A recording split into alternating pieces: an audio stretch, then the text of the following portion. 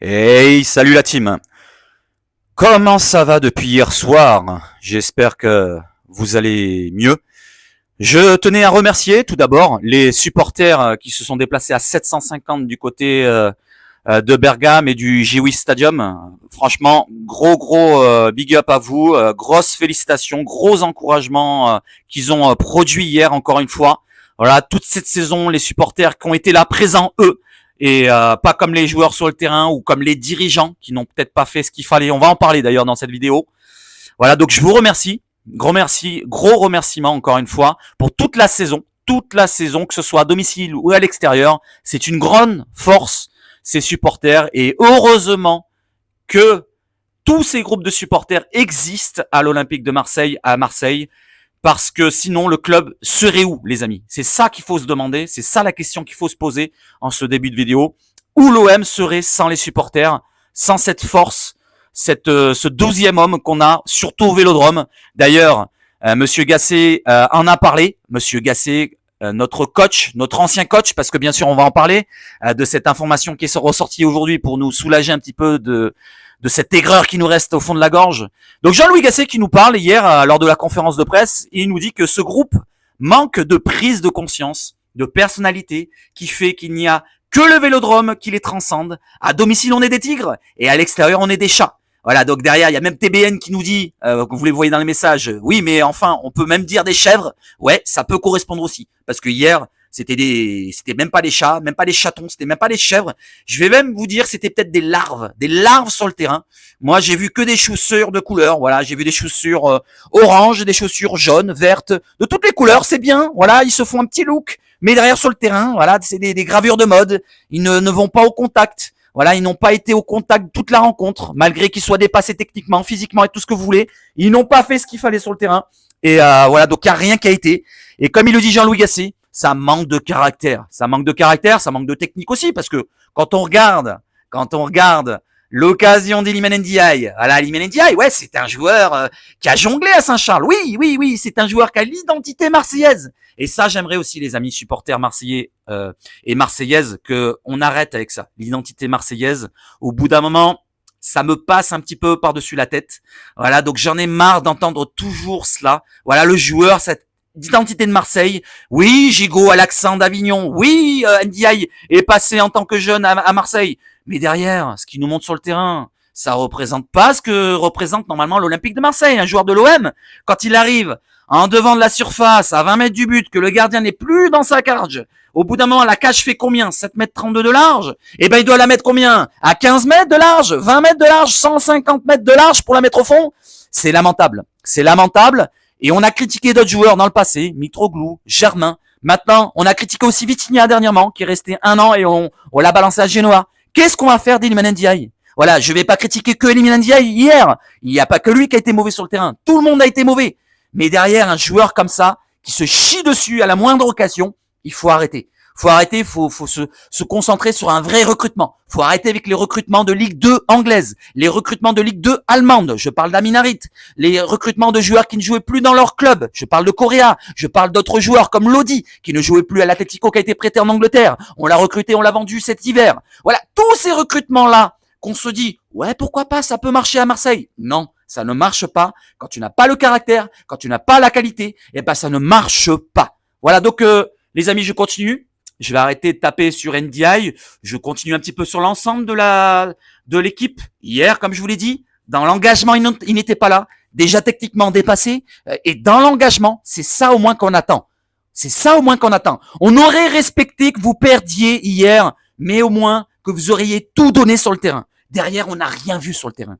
Quand on voit que vous fassiez 6 fautes en 94 minutes dans une demi-finale de Coupe d'Europe, c'est lamentable. 6 petites fautes. Tu es dépassé, je veux bien dans le jeu, mais au moins, dans l'engagement, rentre dans l'art pour le montrer que tu es présent sur le terrain. Et quand tu rentres dans l'art, derrière, ils vont hésiter en face. Ils vont se dire, ah, peut-être qu'on va jouer différemment, peut-être qu'on va pas essayer de se moquer d'eux. Et derrière, vous aurez peut-être 2 occasions à jouer. 6 ballons dans la surface, c'est lamentable. 6 petits tirs dans une demi-finale de Coupe d'Europe retour, les amis. Et quand vous regardez le chiffre, ça correspond à quoi? Le chiffre de la bête, 666. Voilà, je sais pas pourquoi, mais c'est vrai que ça correspond à ça. Les amis, donc ça, ça vous montre un petit peu la mentalité, le caractère de notre groupe de cette saison. On a toujours été comme ça sur les gros matchs. Regardez tous les gros matchs, que ce soit contre Paris à domicile, que ce soit contre Lille à l'extérieur, contre Rennes à l'extérieur, contre Lyon à l'extérieur. Tous les gros matchs qu'on a joués contre des équipes qui valaient le coup face à nous, on a eu du mal, surtout à l'extérieur, je parle. Quand il y a le Vélodrome qui est en furie, on dirait qu'il y a les couilles qui leur poussent. Il y a les couilles qui leur poussent, les amis. Allez, j'arrête de parler de couilles et de caractère, mais quand même, ça correspond un petit peu à ce qui nous a manqué cette saison, avec bien sûr les joueurs de qualité technique qui nous ont manqué aussi. Hein. Quand tu es face au but, n'est-ce pas, Liman? Je vais pas arrêter d'en parler, mais il faut la mettre au fond. Merci pour vos messages, nous dit Pierre-Emerick Aubameyang sur Instagram. Quand tu ne sais pas, quand tu auras la chance de rejouer une demi-finale de Coupe d'Europe et que tu passes complètement à côté, alors l'émotion prend le dessus. Mais la saison n'est pas finie, on doit finir le boulot. On ne lâche pas, nous dit Pierre-Emerick Aubameyang. Alors oui, il a pleuré hier. Oui, c'était plutôt sympa, on va dire, de le rassurer. Mais arrêtons ça aussi avec ça. Arrêtons avec le cinéma, les amis. Voilà, faut être plus sévère que cela. Hier, il a été autant dégueulasse que les autres. Il a été fantomatique. Voilà, on attendait de lui qu'il fasse quelque chose. Il s'est fait manger dans le physique. Voilà, il n'a pas réussi à être le héros, malheureusement. J'attendais beaucoup de lui. J'attendais beaucoup de Mbemba. Je peux critiquer aussi Mbemba. J'attendais beaucoup de Balerdi. Il a été dégueulasse hier. J'attendais beaucoup de joueurs sur le terrain. Ils m'ont tous déçu. Et Pierre-Emerick Aubameyang en fait partie. Je vais pas lui critiquer jusqu'au bout parce que finalement, quand on regarde la saison de Pierre-Emerick Aubameyang, ben, il nous a sauvés plein de fois. Donc, merci Aubameyang pour ta saison. Mais hier, j'ai pas envie de t'entendre parler, t'excuser pour ci et pour là. Voilà, donc merci pour la saison. Mais hier, tu as été dégueulasse autant que les autres. Pierre-Emerick Aubameyang est quand même ressuscité, j'allais dire. Il est récompensé de sa saison. Voilà, il est convoqué avec la sélection du Gabon pour jouer les qualifications pour la Coupe du Monde 2026. Bravo à toi Pierre-Emerick. J'espère que tu réussiras à te qualifier en Coupe du Monde, pourquoi pas 2026. Et j'espère pourquoi pas que l'année prochaine tu restes à l'OM, que tu nous fasses une aussi bonne saison et que cette fois tu seras bien entouré autour de toi. Parce que malheureusement, tu avais des petits chatons autour de toi qui n'avaient pas encore les poils qui ont poussé. Voilà, tu avais des petits adolescents à côté. Je continue avec un autre joueur qui, lui, a totalement déçu encore hier. Je tenais aussi sur lui, je comptais aussi sur lui, c'est Jonathan Klaus. Il a été dégueulasse, il s'est fait dépasser physiquement, techniquement, il a tout raté, il a rien réussi, on va dire. Et même sur le deuxième but, par exemple, ça peut résumer toute sa rencontre. Il y a un Ruggieri qui est face à lui, il se permet de faire un 1-2, Ruggieri, il rentre dans la surface, t'as Klaus qui est devant lui, il se fait dépasser, il met la main sur Klaus en lui disant « Non, reste à côté de moi ». Et Klaus qui dit « Mais laisse-moi passer ».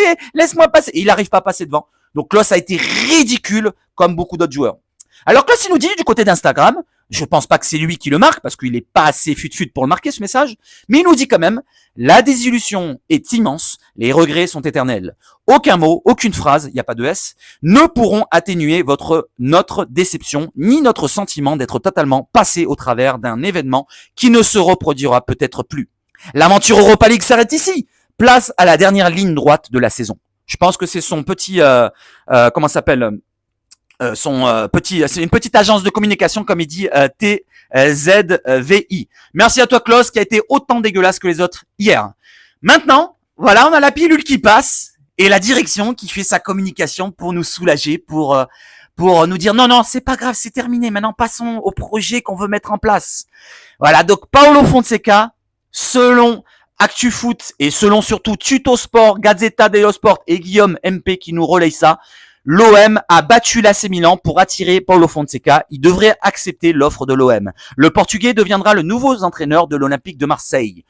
Pour 3 ans, selon RMC qui nous relaye ça aussi. Des échanges ont eu lieu entre l'Olympique de Marseille et Paulo Fonseca autour d'un contrat de 3 ans. Il ne s'agit pour le moment que d'une proposition orale pour le moment. Le Portugais est séduit par cette possibilité, mais n'a pas encore donné de réponse. Il souhaite d'abord se concentrer sur cette fin de saison avec Lille, selon RMC. Et moi, j'ai envie de lui répondre à Paulo. Si tu m'écoutes, Paulo, si tu regardes cette vidéo, je ne pense pas, reste où tu es. Reste loin de l'OM, tu vas être pris pour un con. Comme on est pris depuis des années. On est pris pour des cons depuis que McCourt est là, depuis que, même avant, on était pris pour des cons. Mais on continue à prendre pour des cons avec ce projet instabilité. Maintenant, on veut peut-être instaurer une stabilité. Non, j'y crois plus. J'y crois plus, les amis. D'ailleurs, en parlant de stabilité, quel que soit le nom du futur entraîneur, les dirigeants olympiens ne veulent plus d'instabilité sur le banc de l'OM. C'est RMC qui relaie ça. Et ils sont conscients qu'il faut un projet et une vraie base de construction. Ah bah, il serait temps, les amis. Ça fait combien d'années qu'on critique Longoria sur ce domaine d'instabilité? On voulait construire avec Sampaoli? Eh ben non, tu lui as pas donné ces garanties qu'il voulait. On voulait construire, pourquoi pas, on ne sait jamais. Avec Tudor, ça marchait bien.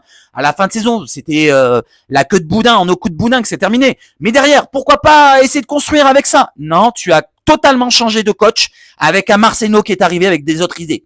Voilà, totalement, tu as changé les joueurs, totalement, tu as changé les idées de jeu, et tu parles de stabilité? Mais c'est trop tard, ça fait 3 ans que tu es là, Pablo. Ça fait 3 ans que tu es là, Pablo.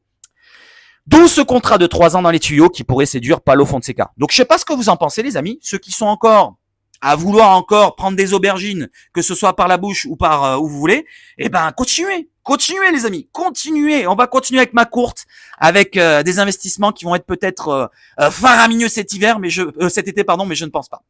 Il y a un autre qui essaye aussi d'être opportuniste un petit peu, qui essaye de se faufiler dans une brèche. C'est Habib Beye. Habib Beye qui rêve de l'OM. Si l'OM m'appelle, j'y vais en courant. Je n'ai aucun problème à le dire. Si un jour, il y a une rencontre, une volonté du club de travailler ensemble, ce serait génial, nous dit Habib Beye du côté de l'équipe. Mais qu'est-ce qu'il avait dit la semaine dernière, Habib Beye, les amis? Il avait dit la même phrase. Il avait dit, je n'ai aucun problème à le dire. Si Paris gagne la Coupe des Champions, la Ligue des Champions, je serai heureux. Enfin, il avait dit un truc comme ça. Il avait dit, je voudrais voir Paris gagner la Ligue des Champions. Mais c'est rédhibitoire pour moi, les amis. C'est rédhibitoire, comme Galtier, comme tous ceux qui sont passés récemment à Paris. Normalement, ça devrait être rédhibitoire. Gasset, déjà, c'était passé les limites, mais il était adjoint à l'époque et c'était un peu plus ancien que Galtier. Mais là, ce qu'il dit Habib Beye la semaine dernière, pour moi, c'est rédhibitoire. C'est un opportuniste. Le mec pense à sa carrière. On va pas parler de passion, d'identité marseillaise, encore une fois. Faut arrêter avec cette identité marseillaise. C'est pas parce qu'il me passait en tant que joueur à l'OM qu'il faut aller lui sucer l'aubergine, les amis. Arrêtons avec ça. Donc pour moi, next. Pour moi, c'est next. Après, pour vous, si vous voulez voir Habib Beye, c'est vous qui choisissez. Après, je vais vous dire, si Habib Beye vient à l'OM, je serai là à l'encourager. Je vais pas rester neuneux jusqu'au bout. Mais moi, si on me laisse le choix, je ne le veux pas. Je ne le veux pas. Et je termine, les amis, par un dossier pour cet été. Je vous ai parlé des mercato d'été. Et je vous parle aussi du projet à mettre en place depuis 2020. Depuis 2020, il y a Pablo Longoria qui est là. Et il nous dit, à l'époque, il était président, tout jeune, c'était le top 20 européen. En 2024, voilà, il visait le top 20 européen. Il voulait s'imposer, s'installer dans le top 20 européen. On n'y est pas arrivé, force est de constater, puisqu'on n'est pas en Ligue des Champions. Maintenant, en 2024, il nous parle de top 24. Eh ben, on n'y est pas non plus, puisque l'année prochaine, on ne sera pas en Ligue des Champions. En 2028, je vous pose la question. Est-ce que ça sera le top 28? Et est-ce qu'il sera encore là, Pablo Longoria? Est-ce qu'on continuera encore avec le projet à se foutre de la gueule du monde? Les amis, je vous pose la question. Qu'est-ce que vous en pensez? Bref, pour s'y installer, il va falloir investir et pas qu'un peu. Ça, c'est mon idée. Il va falloir investir pas qu'un peu et pas les 70 millions, les paris, d'aller chercher des joueurs en Ligue 2 allemande, en Ligue 2 Championships anglaise, avec Sarr, avec NDI, avec Aminarit, avec tous ces joueurs-là. Certes, c'est des bons petits joueurs, mais ça, c'est des joueurs qui doivent être sur le banc ou alors avec une concurrence énorme à côté. Voilà, il fallait garder des paillettes. Malheureusement, il est plus là et il a jamais gagné de titre. Eh ben, il en gagnera peut-être jamais, à moins qu'il en gagne peut-être au Brésil. Je lui souhaite bon courage. Mais il fallait garder certains joueurs, peut-être qui nous apportaient quelque chose, à avoir de la concurrence. Un Under, tu dois jamais le laisser partir. Avec un Sarr, ça peut faire une concurrence. Un Payet, je en reparle. Un Sanchez, j'en reparle. Voilà, tous ces joueurs qu'il ne fallait pas partir. Laisser partir, et même à la limite tu les fais partir, tu recrutes à côté une concurrence, les amis, ou alors un niveau supérieur. Encore une gestion estivale, dégueulasse à prévoir, et c'est une question que je vous pose, puisqu'on aura sûrement encore des dizaines de mouvements à venir cet été. Les amis, je vous souhaite de passer une excellente fin de journée, une soirée, et vive le foot chez Sabach Foot, et surtout, allez l'OM!